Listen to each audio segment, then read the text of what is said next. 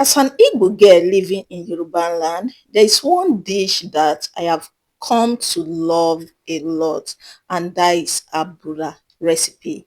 This recipe is a royal mix of Amala, Ewedu, Gbegiri, and the powerful Omi Obe, the king of all stew. Hello everyone, welcome back to my kitchen, and today we are making Abula, the complete version.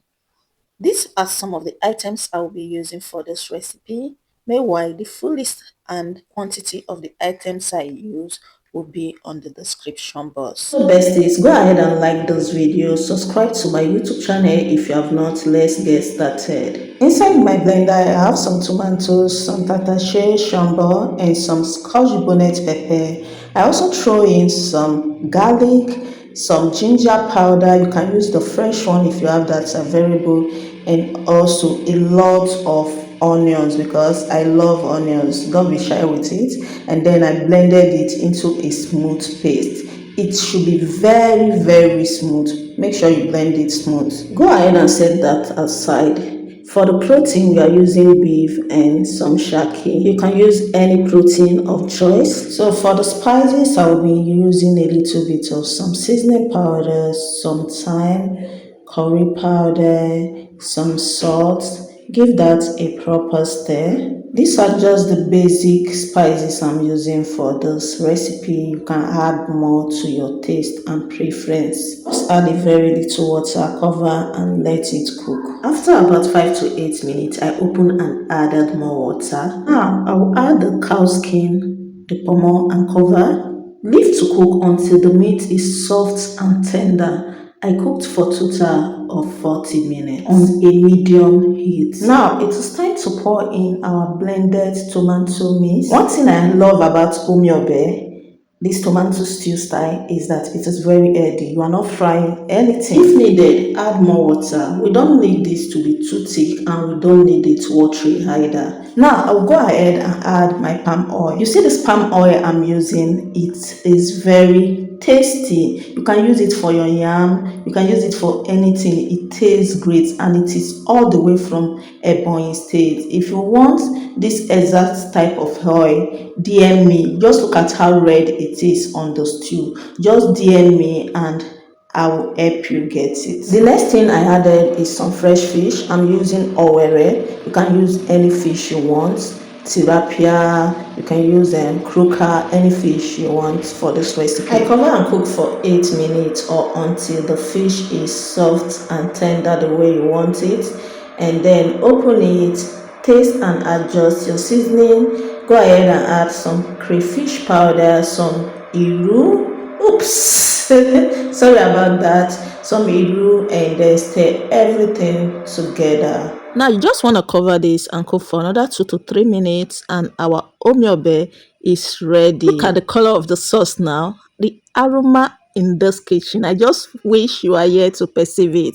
Try your Omi Obe like this way and thank me later. Now it is time for you to subscribe to my YouTube channel if you have not done that. Subscribe, turn on the notification bell so that you'll be notified anytime I upload recipes like this, and also like this video if you have not, so that YouTube can recommend it to other people who want to see videos like this. And also leave a comment on the comment section. Tell me where you are watching me from. I am sure by now you have done that. Let's move to the next step, which is making our gbegiri. The next step in making our abula recipe is making of our gbegiri. So for the gbegiri, I'm using beans, peeled beans. Make sure to peel your beans.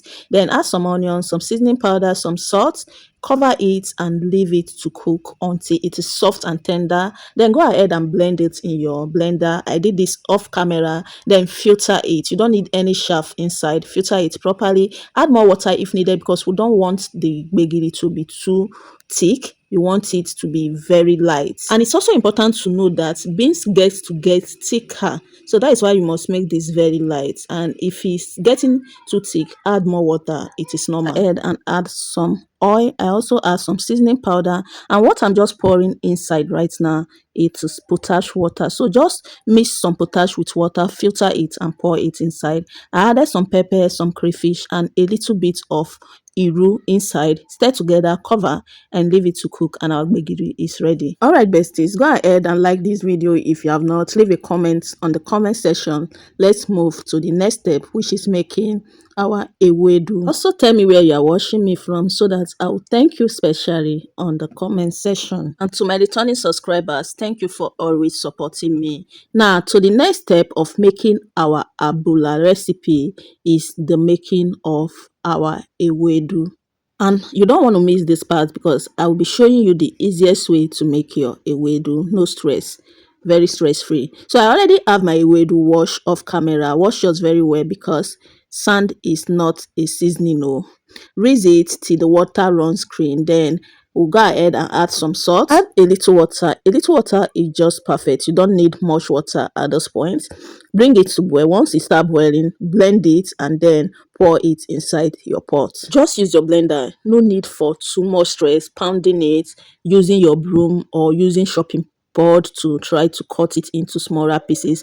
Just blend it and you are good to go. At this point, add your iru, your seasoning powder, some pepper, a bit of crayfish, and then stir everything together to be well combined. Cook for a minute and our ewedu is ready. Now our abula recipe is not complete without some amala. So to make our amala, add some water, add the amala powder. I think this is dried yam flour.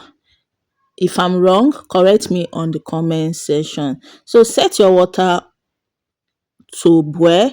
Once it start boiling, pour in the mixed amala, the dry one, like the raw one, and then pour it. I think when we make it, that is when it is called amala, right? You can correct me on the comment section if I am saying it all wrong, but let's move ahead to the recipe. Now I will scoop out some of the water once it start boiling and pour in the mixture, the pounded yam mixture that I mix, and start stirring it together. Stir it, make sure it don't have lumps. Stir it until it is very, very, very smooth. Right here, you need to put on some effort. You actually need to make sure you stir it very, very well so that all the lumps will be gone. So at this point, I will just add a little of those hot water that I removed, cover it, bring it to boil again, and then stir it all together. If you think it's too thick, like it's too hard, you want it very, very soft, add more water. But this is just the consistency I want mine. Once it is brown like this, it's not looking that fresh again, that, and you notice it's getting dark, like a bit of dark brown, you know it is ready. Now scoop the amala into your plate. Now using the back of a spoon, create a tiny bowl inside your amala. Go ahead and add in your golden gbegiri sauce, and then add in your green queen ewedu, and then into it add your Omi Obe, the queen of the day, and make sure to add enough fish and enough meat.